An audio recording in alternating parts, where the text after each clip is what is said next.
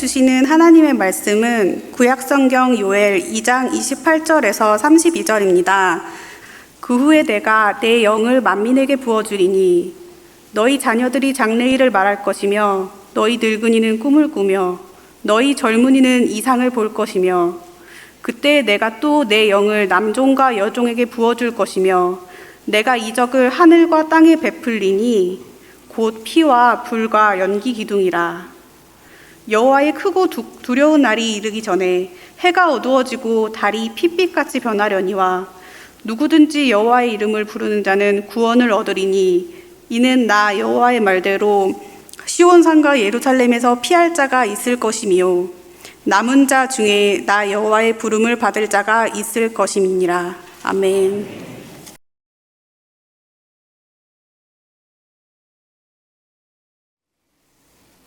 네, 오늘 삼교구와 함께하는 헌신 예배를 맞이하여서 요엘, 여호와의 날에 임박하여라는 제목으로 함께 말씀을 나누기를 원합니다. 구약 성경의 뒷부분에는 이제 소예언서라 해서 여러 명의 예언자들이 그 길지 않은 짧은 예언서들이 있습니다. 정확히 말하자면 12명의 예언자들의 12예언서입니다. 이사야나 예레미야 같은 그 대예언서의 예언자들은 우리가 그래도 잘은 몰라도 이름은 들어봤는데 이 소예언서의 예언자들은 많이 다루지 않아서 이름조차 생소한 그런 책들이 있습니다. 하나하나 알기에는 좀 많기도 하고 헷갈리기도 하고 그래서 중요한 구절 외에는 그 내용을 잘 모르는 것이 보통입니다. 하지만 자세히 들여다보면 이 소예언서들만의 매력이 있습니다. 적은 장이기 때문에 하나님의 메시지를 더 분명하고 강렬하게 전달합니다. 그래서 우리는 이들의 예언을 통해 하나님에 대해서 또 다른 부분을 더 깨달을 수 있고 그래서 우리에게 무엇을 원하시는지 더 잘 알 수 있습니다. 그 소예언서 중에 하나가 오늘 요엘입니다. 요엘서는 총 3장으로 되어 있습니다. 그 요엘이란 선지자의 소개는 1장 1절에 나오는데 이렇게 소개됩니다. 부두엘의 아들 요엘에게 임한 여호와의 말씀이라. 요엘은 이 부두엘의 아들이다 라는 말 외에 우리에게 알려진 배경이나 또 그 출신 정보가 없습니다.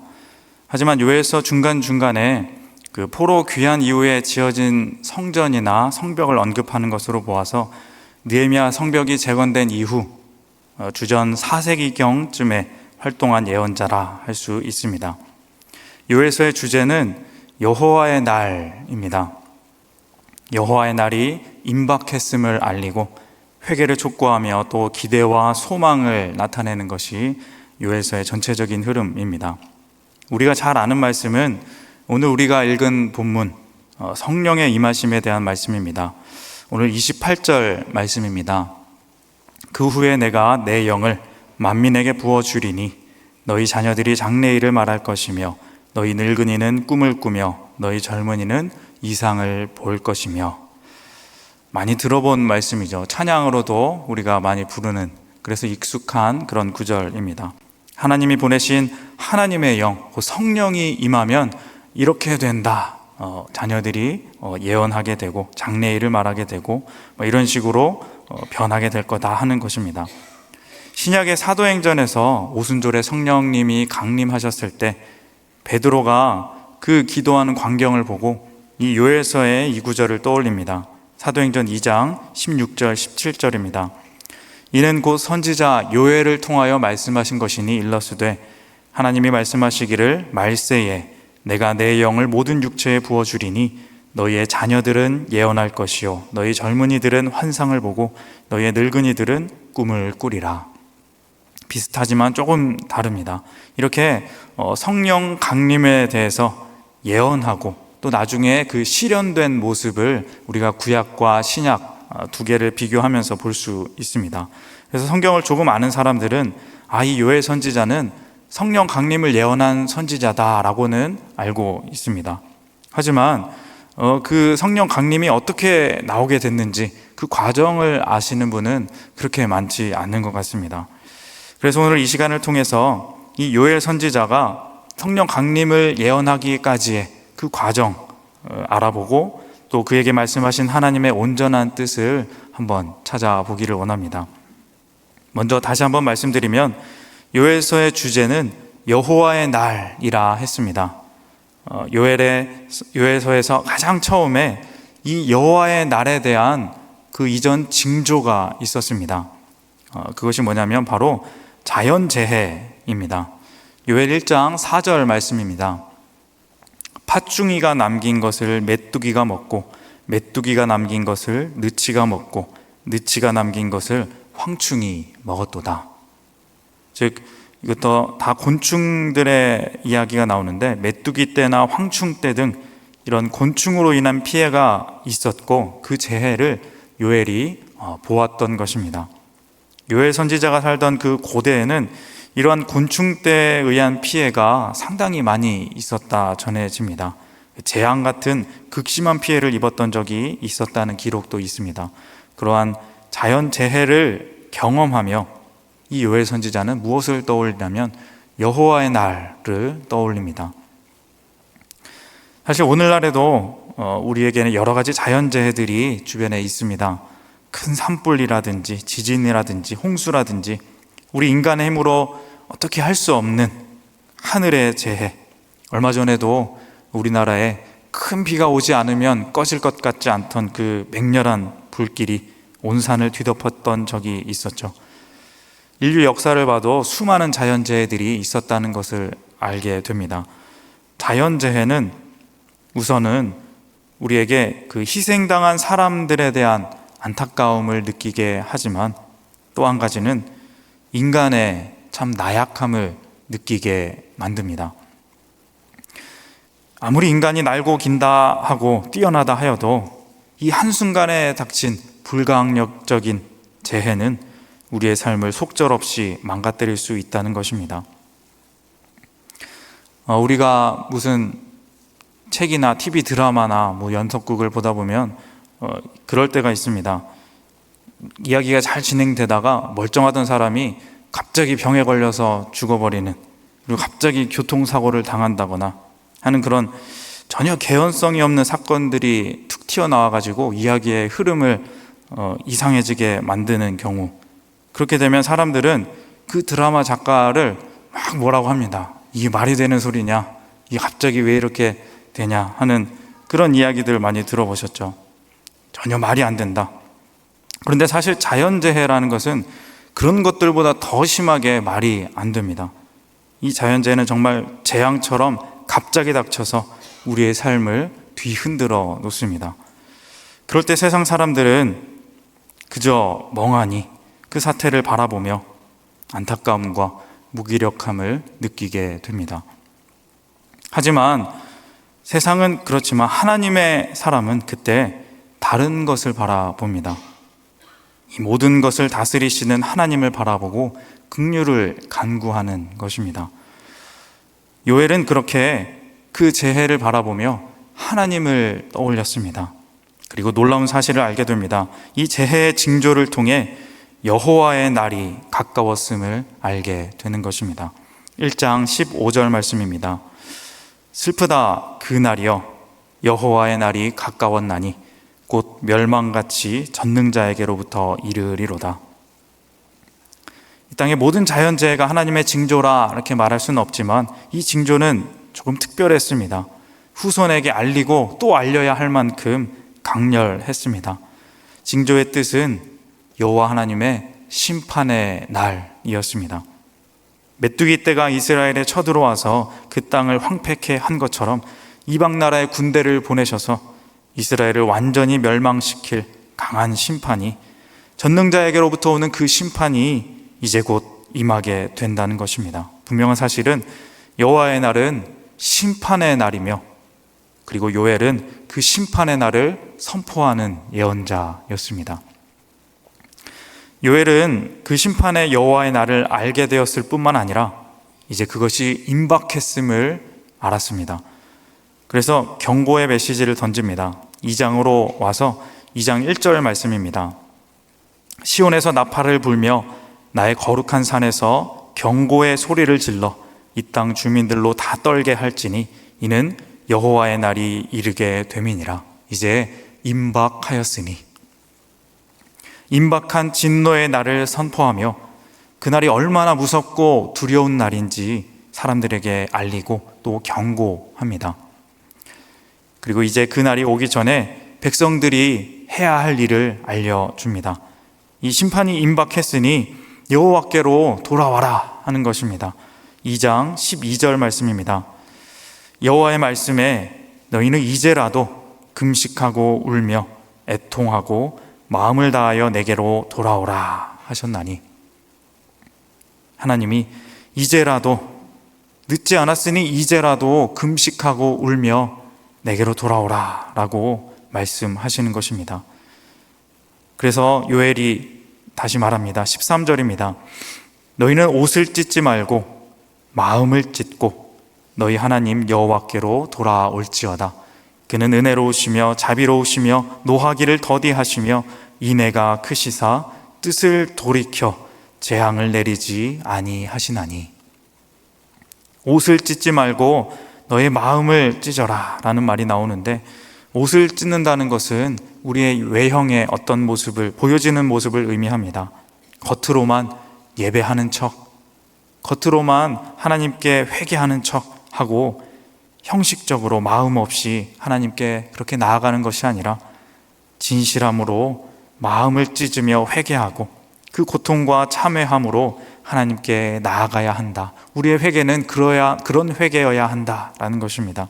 그렇게 하면 은혜로우시고 자비로우신 하나님께서 뜻을 돌이켜 이 재앙을 내리지 아니하실 것이다 라고 선포하는 것입니다. 아직 늦지 않았습니다.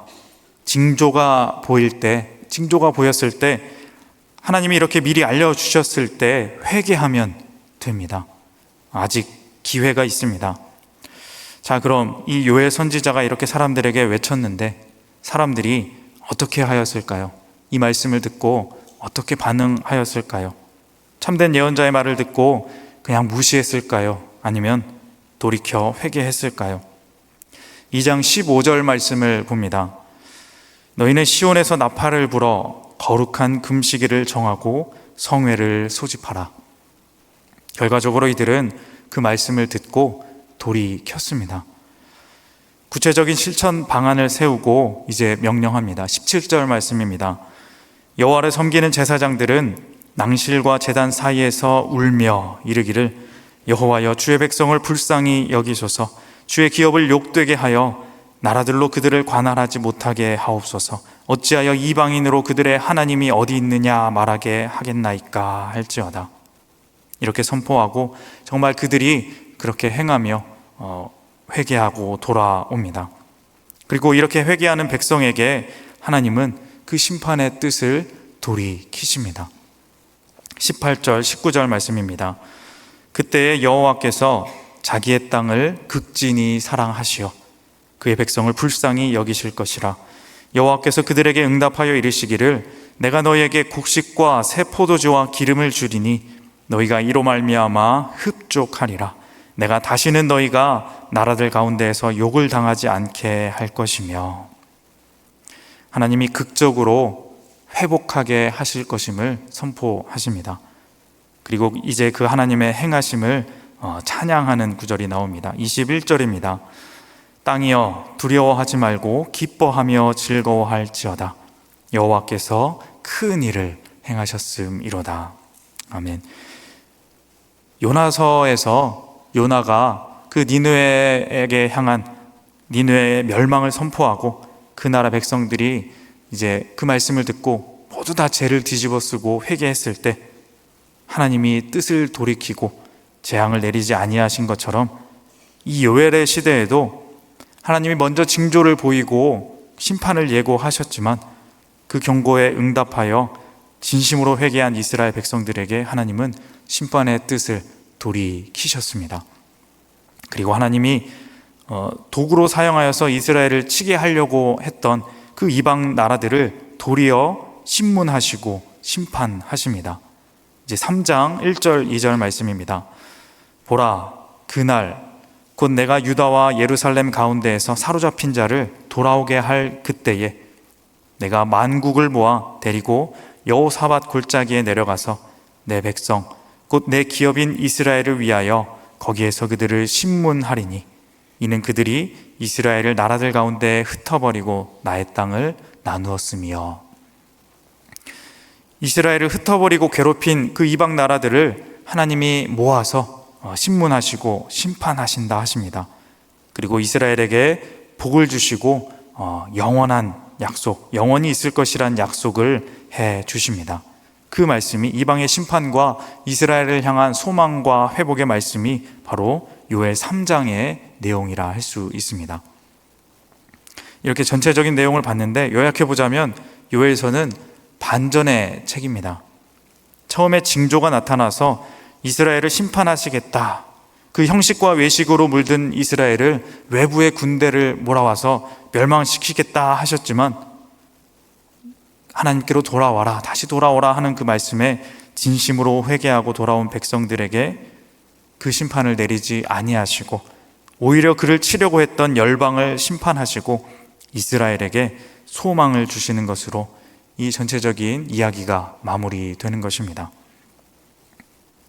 여호와의 날의 의미를 우리가 다시 한번 생각해 봅니다. 여호와의 날은 처음에는 죽음과 심판의 날이었지만 회개하고 말씀을 진심으로 받은 뒤에는 그 여호와의 날이 생명의 날이 되었고 소망의 날, 기쁨의 날이 된 것입니다. 한 예언자의 그 말씀을 바로 보는 눈과 용기 있는 선포가 온 나라의 운명을 완전히 바꾸어 버린 것입니다. 한 사람의 깨어 있음이 이렇게 중요합니다. 그런데 여기서 우리는 더 놀라운 사실을 알 수 있습니다. 여호와의 날이란 그것은 단순한 회복의 날이 아니라 그 이상의 의미가 있었습니다. 바로 오늘 말씀에서 본 것처럼 그날은 성령 하나님이 보내신 영이 우리에게 임하게 되는 날이었습니다. 2장 28절 말씀을 다시 한번 봅니다. 그 후에 내가 내 영을 만민에게 부어주리니 너희 자녀들이 장래일을 말할 것이며 너희 늙은이는 꿈을 꾸며 너희 젊은이는 이상을 볼 것이며. 하나님이 내 영을 누구에게 부어주신다 하시냐면 만민에게 부어주신다 하십니다. 이 말씀은 우리에게는 별다른 감흥이 없을 수도 있지만 그때 당시에는 이 말씀 대단히 충격적인 말씀이었습니다. 원래 하나님의 계시와 영은 특정한 사람에게 어떤 특정한 장소에서 임하는 그렇게 주어지는 것이었습니다.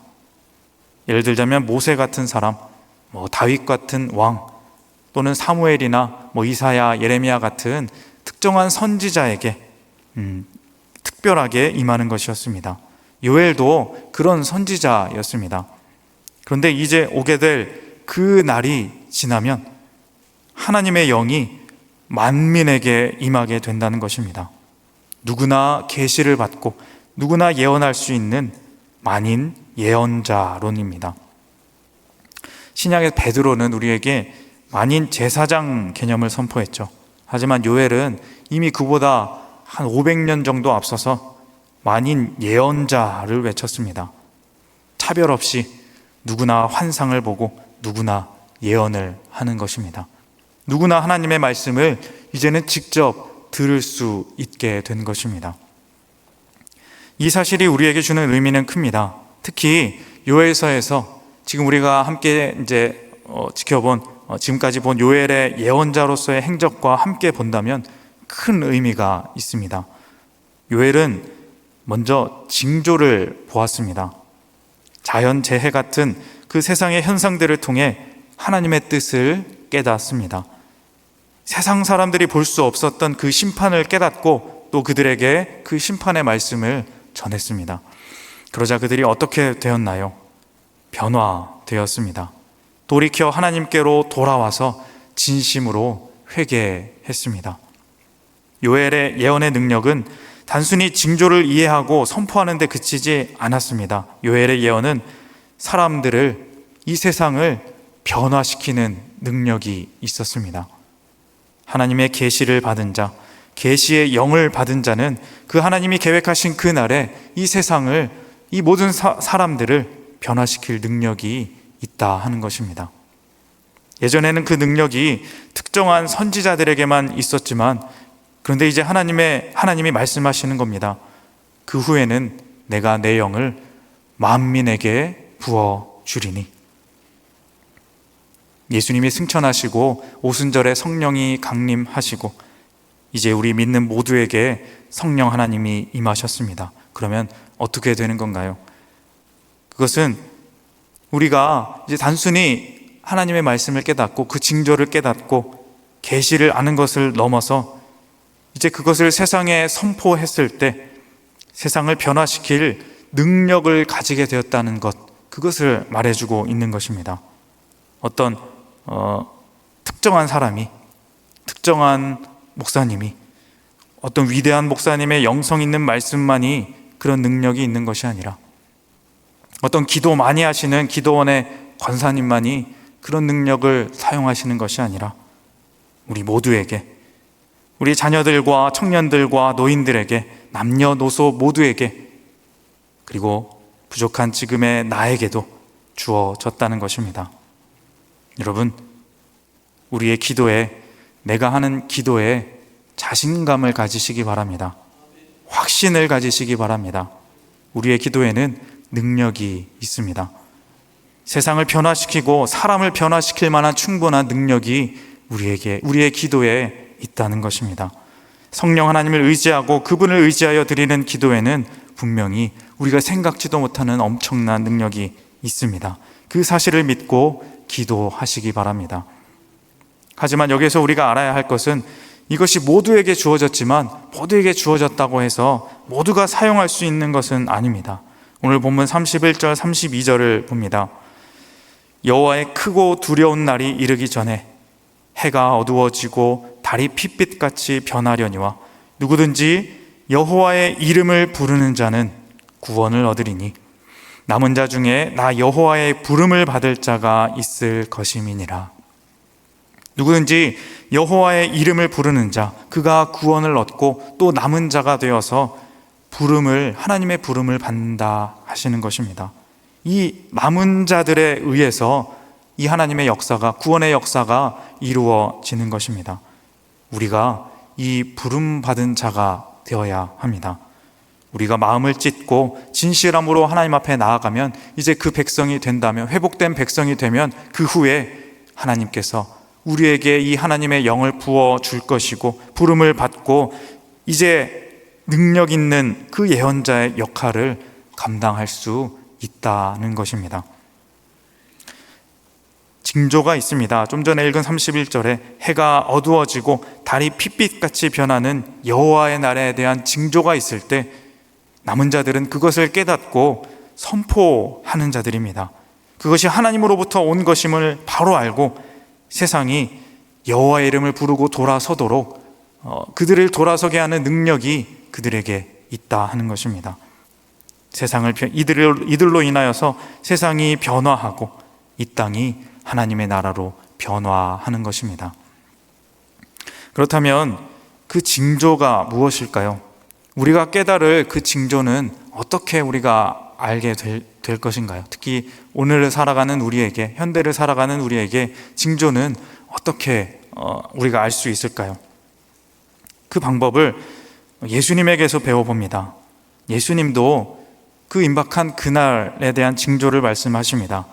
마태복음에 보면 마태복음 24장 32절 33절입니다. 무화과 나무의 비유를 배우라. 그 가지가 연하여지고 잎사귀를 내면 여름이 가까운 줄을 아나니 이와 같이 너희도 이 모든 일을 보거든 인자가 가까이 곧 문 앞에 이른 줄 알라.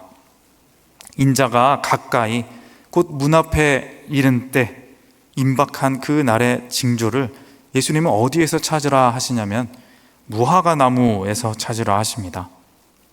무화과 나무 가지가 연하여지고 잎사귀를 내면 무엇이 가까이 왔냐면 여름이 가까이 온 징조다 합니다. 사실 이건 너무나도 당연한 말씀입니다. 누구나 아는 말씀이죠. 때가 되면 오는 그 계절의 변화. 지금 우리도 사실은 5월의 마지막을 보내고 여름이 가까이 온 것 누구나 다 알고 있습니다. 그런데 다른 점이 있습니다. 세상 사람들은 이러한 그 징조들을 보고 그냥 흘러감을 느낍니다. 아, 지나가는구나. 별다른 감흥이 없습니다. 하지만 성령의 능력을 받은 사람은 조금 다르게 생각합니다. 무엇을 떠올리냐면 그 날을 떠올립니다. 자연의 섭리인 당연한 무화과 나무의 잎에서 하나님의 구원의 섭리를 발견합니다. 평범하지만 사실은 너무나도 특별한 것. 예수님은 그 일상을 통해 우리에게 오늘도 그러한 징조를 알게 하십니다. 하나님 나라, 그 구원의 날, 그 구원의 날의 징조를 말입니다. 오늘 우리의 삶을 돌아봅니다. 우리에게는 어떤 징조가 있었을까요? 예수님에게서 배우면 이런 것입니다. 오늘 낮에 날씨가 참 좋았습니다. 내 어깨 위를 내리쬐던 따뜻한 그 햇살의 징조, 살랑이는 바람의 징조, 그 바람 따라 흘러 들어오는 풀내음, 꽃내음의 징조, 그 향기에 젖어 뛰어다니는 어린 아이들의 웃음소리의 징조, 그렇게 너무나도 평범하게 내 주위를 스쳐 지나갔던 세상과 또 자연을 보며 우리는 무엇을 느끼고 있나요? 작은 일상, 세상 사람들이 그냥 지나치던 그런 평범한 일상이지만 그것들을 통해 이 모든 것을 창조하신 하나님을 느끼시기 바랍니다. 하나님의 구원과 섭리, 그 사랑의 세세한 은총을 떠올리시기 바랍니다. 그러면 그날 우리의 장래는 절망과 또 아픔의 날이 아니라 구원과 소망의 날로 우리에게 다가올 것입니다. 세상 사람들은 징조를 통해 절망을 바라봅니다. 자연재해는 절망이고 세월의 흐름은 죽음이며 자연은 방해이고 사람은 시기와 미움의 대상입니다. 그게 세상이 바라보는 인생의 끝, 여호와의 날, 일의 결국인 것 같습니다. 하지만 성령의 능력을 힘입은 자들의 세상은 다르게 보입니다. 여호와의 날을 절망이 아닌 희망의 날로 변화시키는 능력이 있습니다. 자연은 생명이고 계절의 흐름은 미래의 꿈이며 사람은 사랑의 대상입니다. 많은 사람들이 이 세상을 살아가면서 삶이 힘들다, 참으로 어렵다, 이 나라는 썩었다, 사람들은 악하다 말하면서 절망만을 이야기하지만 성령과 함께라면 여러분 그렇지 않습니다. 여전히 우리에게 희망이 있습니다. 그리고 교회가, 우리 그리스도인이 그 희망의 앞잡이가 되어야 하는 것입니다. 우리는 그 세상의 절망을 희망으로 바꾸는 능력의 사람이 될 수 있는 것입니다. 성령의 능력을 가진 자의 삶은 이것입니다. 그 날을 바라보며 그 날이 가까움을 볼수록 더욱 그렇게 살아야 하는 것이 있습니다. 성령의 능력의 삶이 있습니다. 히브리서 10장 24절 25절입니다. 서로 돌아보아 사랑과 선행을 격려하며 모이기를 패하는 어떤 사람들의 습관과 같이 하지 말고 오직 권하여 그날이 가까움을 볼수록 더욱 그리하자. 아멘. 그날이 가까움을 볼수록 내 주변의 일상의 징조들로 인해서 계속해서 그날을 깨달아 갈수록 우리는 더욱 모이고 더욱 서로 돌아보고 사랑과 선행을 격려해야 합니다. 여러분, 이것이 바로 성령의 능력입니다. 성령의 능력을 살아가는 사람의 삶인 것입니다. 이것이 예언자의 삶이고 이것이야말로, 이 삶이야말로 세상을 변화시키는 능력입니다. 이것이 하나님의 나라를 이 땅에 선포하고 구원을 전하는 귀중한 능력이 되는 것입니다. 오늘 삼교구와 함께하는 헌신 예배를 드립니다. 헌신은 다른 것이 아닙니다. 우리의 노력으로 세상을 하나님의 나라로 변화시키는 것, 그것이 바로 헌신입니다. 봉사로, 선교로, 예배로 그렇게 서로 돌아보아 사랑을 격려하고 함께하며 예수님의 십자가 사랑으로 사랑하며 절망을 희망으로, 죽음을 생명으로, 분열을 화합으로 만들어 가는 것, 세상을 변화시켜 나아가는 수고, 그것이 바로 우리가 만들어 가야 할 헌신의 예배입니다. 오늘 헌신 예배를 드리는 우리 삼교구가, 또 우리 함께하는 우리 모두가 그러한 성령의 능력의 삶을 살아가시기를 소망합니다. 가정에서, 일터에서, 교회에서 그 능력으로 희망을 전하며 세상을 변화시켜 나아가는 빛과 소금의 복된 삶 살아가는 우리 모두가 다 되시기를 주님의 이름으로 소망합니다. 기도하겠습니다. 하나님 아버지, 감사합니다. 우리에게 성령을 주시고 그 성령을 받은 자에게 예언자의 계시를 누리게 하심에 감사드립니다. 그 말씀을 먼저 받은 자로서 그 구원의 기쁜 소식을 전하며 절망을 희망으로, 사망을 생명으로 바꾸는 성령의 사역을 감당하는 우리 모두가 되게 하여 주옵소서. 예수님의 이름으로 기도합니다. 아멘.